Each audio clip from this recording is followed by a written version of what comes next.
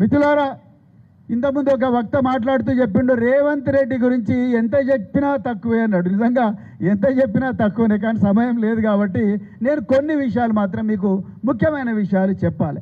మిత్రులారా, 2+2 కలిపితే ఎంత? గట్టిగా చెప్పుండ్రి. 4కు 4 కలిపితే ఎంత?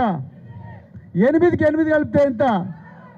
ఈ ప్రశ్నలకు కరెక్ట్గా జవాబిచ్చిన వాళ్ళకి ఎన్ని మార్కులు ఇస్తారు? 100కు 100 మార్కులు ఇస్తారు, అవునా కదా? 100కు 100 మార్కులు ఇస్తారు. కానీ Telangana public service commission Revanth Reddy ఆధ్వర్యంలో నడుస్తున్న ఈ సంస్థ ఆ పేపర్లు దిద్దడం కూడా చేతగాలే. ఇది వాస్తవం. ఎవరికైనా అక్క నవ్వుతామన్నా చూడండి.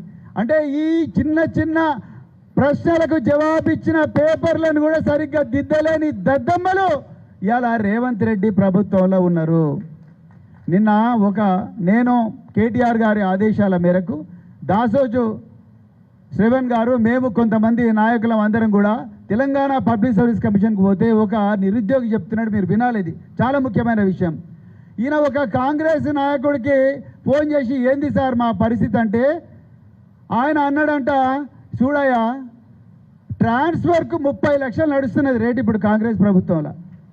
షాబాద్ నుంచి పరిగి పోవాలంటే 30 లక్షలు, షాద్ నగర్ నుంచి హైదరాబాద్ రావాలంటే 30 లక్షలు, మహబూబ్ నగర్ నుంచి గాంధీనగర్కు రావాలంటే 30 లక్షలు లంచం ఇస్తేనే ట్రాన్స్ఫర్ చేస్తాం.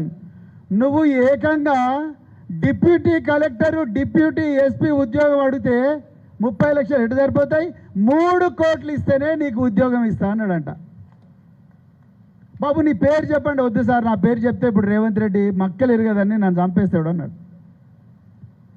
563 పోస్టులు మీరు లెక్క పెట్టిన 3 కోట్లతోనంటే 1700 కోట్ల రూపాయల కుంభకోణం మిత్రులారా. ఇది అమ్మల పుస్తెలు తాకట్టు పెట్టి, ఇల్లును గిరివి పెట్టి, ఊర్లల్లో బస్తా బియ్యాన్ని భుజాన్ని వేసుకొని బస్సులో వేసుకొని అగ్గి పెట్టే లాంటి ఇళ్లల్లో మన బిడ్డలు, మా అవ్వ కూలి కష్టం చేసింది, మా తాత అదే కాయ కష్టం చేసిండు, మా ఇల్లు గూనె పెంకుటిల్లు, ఇదే షాబాద్ బండలు వేసుకొని కురుస్తున్న ఇళ్ళలో బతుకుతున్నాం. నేనన్నా వచ్చిన కానిస్టేబుల్ అవుతా, ఒక ఆఫీసర్ అవుతా, నా వల్ల మా కుటుంబానికి గౌరవం వస్తుంది, కొంచెం ఆమ్దాని వస్తుంది, జీతం వస్తుంది అని చెప్పి ఎంతోమంది లక్షలాది మంది బిడ్డలు ఇలా హైదరాబాద్ నగరంలో చదువుకుంటుంటే వాళ్ళు రాసిన పరీక్షల పేపర్లు కూడా దిద్దలేని దద్దమ్మల ప్రభుత్వం రేవంత్ రెడ్డి ప్రభుత్వం మిత్రులారా.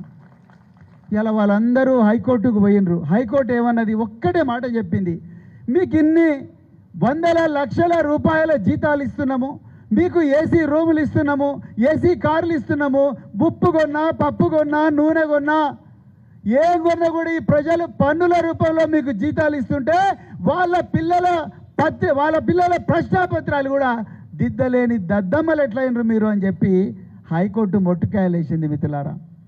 ఒక్కొక్క పోస్టుకు 3 కోట్ల రూపాయలంటే మీరు ఆలోచించండి, ఇంత ఘోరం ఉంటుందా ఎప్పుడన్నా? మీరు ఒక్కసారి ఆలోచించాలి.